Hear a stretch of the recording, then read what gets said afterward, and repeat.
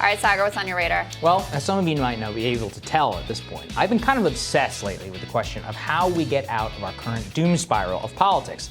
Especially so after I highlighted last Thursday for all of you how political sectarianism in America is not only rising, but reaching past known levels of intra-country hatred that we previously saw over race and religion. Now, the more political mega identities dominate who we think we are, the more violent, the more existential politics will become. This is of great benefit to the people in charge, Pelosi and Trump, Schumer, even AOC. Now, I don't think any of those people want to get us out. They're much more like war profiteers whose own brands and pockets or cachet go up in the times of immense tension. They have no incentive to unite. Their only incentive is to divide, because division drives dollars, engagement, and votes. For the first time in modern history, we are at a point where hating each other, the other side, is the primary driver of voting, not voting for anything positive that your side is doing. That is the greatest in-kind donation to the political establishment and oligarchy that exists today. Now, as I said, this is not our natural condition. It's not like we are just waiting for someone to come along and cast aside this order, usher in a new one.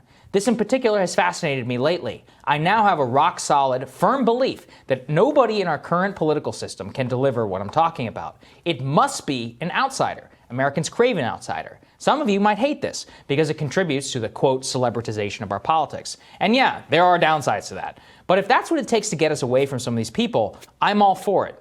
But here's the key as we go forward. That doesn't mean all celebrities or outsiders are the people that we need.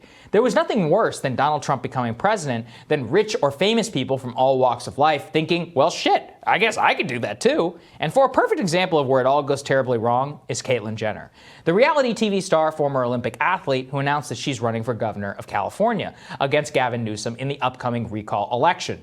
Jenner is banking on name ID and star power as an extraordinarily famous person to power her through on the ballot. Now, a lot of people on the right have either made an issue around her identity or the fact that she was involved in a car accident. Now, I think both aren't nearly as important as this basic fact. Caitlyn Jenner is no outsider. If you look beneath the surface, it turns out she's a boomer Paul Ryan Chamber of Commerce Republican. And you don't even have to take my word for it. Caitlyn Jenner is the embodiment of the, quote, fiscally conservative, socially liberal meme, something that she openly calls herself, which is fine. There's nothing wrong with that from a personal perspective. But from a political one, let's just say fiscally conservative, socially liberal is probably the most overrepresented demographic amongst the American elite.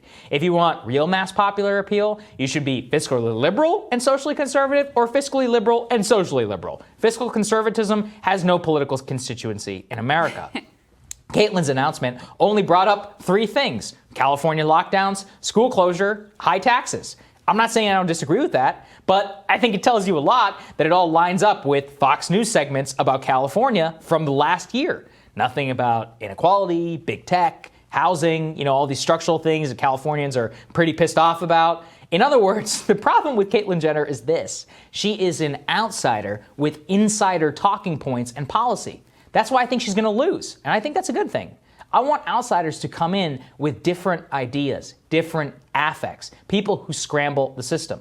At his best, that's what Trump actually was. Right now, we're beginning to see this yearning for a new politics manifest itself in exactly the way that I want it to. We've talked a lot about Andrew Yang over the years. I think we were really the first to see the actual power in his message. And even I am shocked, though, at just how well he's doing in New York City. Yang leads poll after poll after poll of New Yorkers. And the funny part is this: it really doesn't have to do much with where he stands on policy. Most of it is just this: Andrew Yang is a happy warrior, bringing a different effect, framed to politics, a positive one in which problems do have solutions. You can passionately disagree with many of Yang's positions, but his affect and inability to place him in one box is what is so appealing to millions of New York City. Elsewhere, you see inklings of this. A recent Texas poll found that actor Matthew McConaughey beating Texas Governor Greg Abbott by double digits. Now, I think there is something to that. Why? Because Matthew McConaughey isn't some Hollywood liberal. The dude was on Joe Rogan's podcast talking about Jordan Peterson. He is famous for invoking God's name on the Oscar stage. He even took the opportunity on Rogan's podcast to call out people in Hollywood for rolling their eyes at his religiosity. In short, you can't put the guy in a box. The only thing that you can really say about him is he's got a positive affect that is extraordinarily attractive in a time of the highest negative partisanship of all time. Americans are smart, and they hate the current system too. They just don't have alternatives. I'll end with this. I'm sure it's going to piss people off. There's one person on the scene who I actually think could be one of the most formidable people who ever to enter American politics, and who the American people apparently crawl out for. That's right, it's The Rock. The Rock is just like McConaughey. You really have no idea where he stands. He spoke at the RNC in 2000. In 2020, he endorsed Biden. Even in that endorsement, he did so because he said he believed Biden was the most likely candidate to restore respect in American politics. Not necessarily on policy. He's a fascinating guy. He has a sky-high approval rating. The thing I see in The Rock, the thing I see in McConaughey, or even what I see in Yang, is a relentless optimism that seems so completely foreign to our current paradigm of American politics. I don't think we've ever needed it more. And more importantly, I don't think people have ever wanted it more. You crave an outsider to restore our broken political system, but it can't just be an outsider who is actually an insider at heart. They have to be unshackled from the current chains of our political paradigm. Maybe celebrity politics actually is what we need to get out of this hellish mess. I know this is going to piss a lot of people off, Crystal, but there is a lot of controversial takes in there. There's a lot of controversial takes in there. The Abbott stands, the people who are anti-celebrity politics but somehow love Donald Trump, and then the Caitlyn Jenner stands, if they do exist. She probably has some paid army of bots that'll come after me in the comments.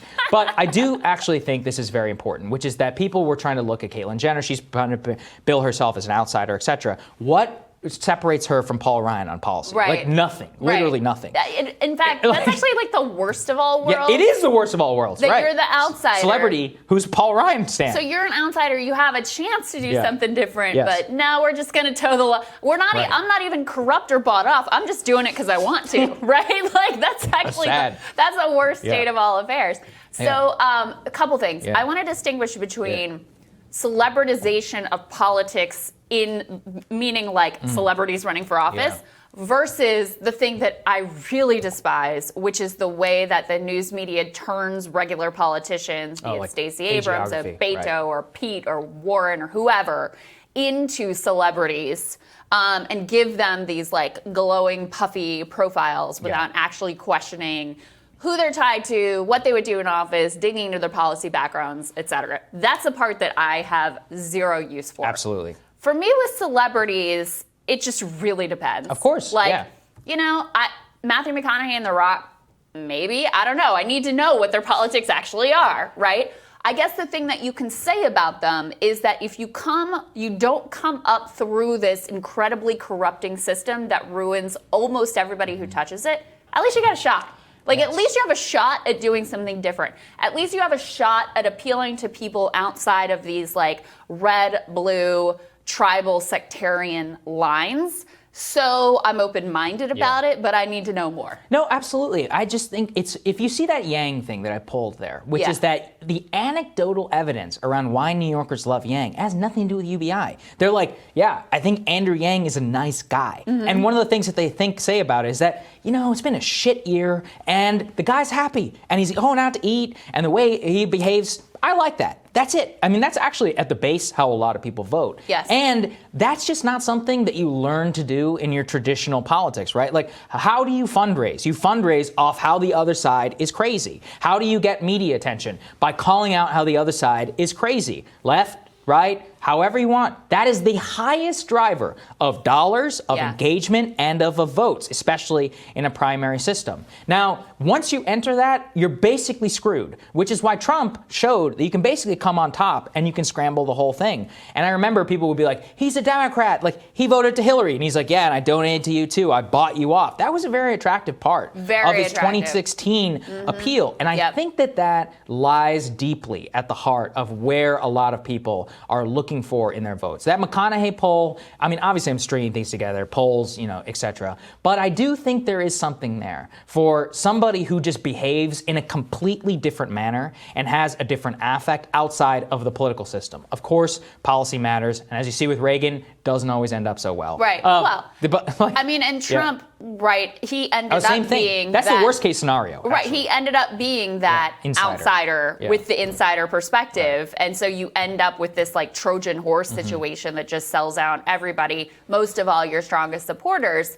But I think what you pinpoint there is exactly why these folks have so much appeal, because people look at them and go, well, at least I know you haven't been like thoroughly corrupted by the system as it exists, so I'll give you a shot. With regards to Andrew Yang, you know, there are worse things in the world than people voting for a guy that they just feel like is a good guy. There's nothing wrong with that. That feel like is a good, decent person trying their best to like figure out solutions, and hey, maybe he's gonna get it wrong sometimes, and maybe I'm not gonna agree with him all the time, but at least I feel like he's an honest actor trying his best cheerfully to do what's right for the city. And you're right, that is a lot of, that is how people kind of judge their vote. Human beings are very bad at analyzing data. They're very bad at predicting what any particular policy is ultimately gonna lead to, et cetera, et cetera. Pretty good judges of character. Yes. Like on that gut instinct level, is this a trustworthy person? Is this a decent person? Is this someone I can rely on? Is this someone who actually is going to give a shit about me and my family? They're actually pretty good at those sorts of judgments. So to me, I've never thought it was the worst thing in the world for people to be judging a lot of their political takes and votes based on that. I certainly prefer that instinct versus just like, okay, who's the D, who's the R, where's my team, which side of the sectarian divide am I on?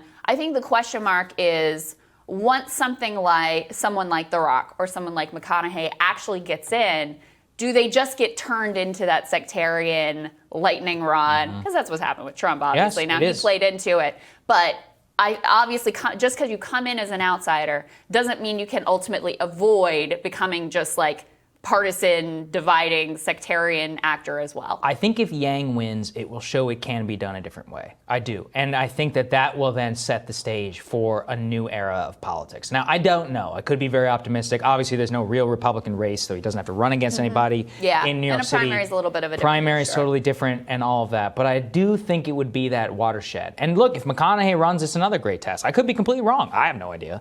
But the longer you look at this and you look at political sectarianism, and I have faith that people are not, I don't think their natural disposition is hatred. I think that everybody wants a way out. Nobody just knows how to do it, especially with the binary choice between one and the other. And if you can scramble that, and I think probably through the existing party system, then you get the best of both worlds, and you could have a system where you can actually transcend. We'll talk about this later in the show. Joe Biden has a high approval rating, it's like 52%. It's still the lowest of a modern American president in 30 years. Yeah. You know why? Because of negative partisanship. Yeah. There are some Republicans, there is nothing that, the man could give them $100,000 and they would still hate him because he canceled Dr. Seuss. Right. Or, and like, that's just how it is. He didn't have nothing to do with it. And like, that's the era we live in. There are very few people who could transcend that divide. I do think some celebrity out there, possibly The Rock, might be able to do it. Right. At least they'd have a shot at it. Yeah. Coming up, Chuck Rocha and Philip Wegman are here for Team Rising when Rising returns.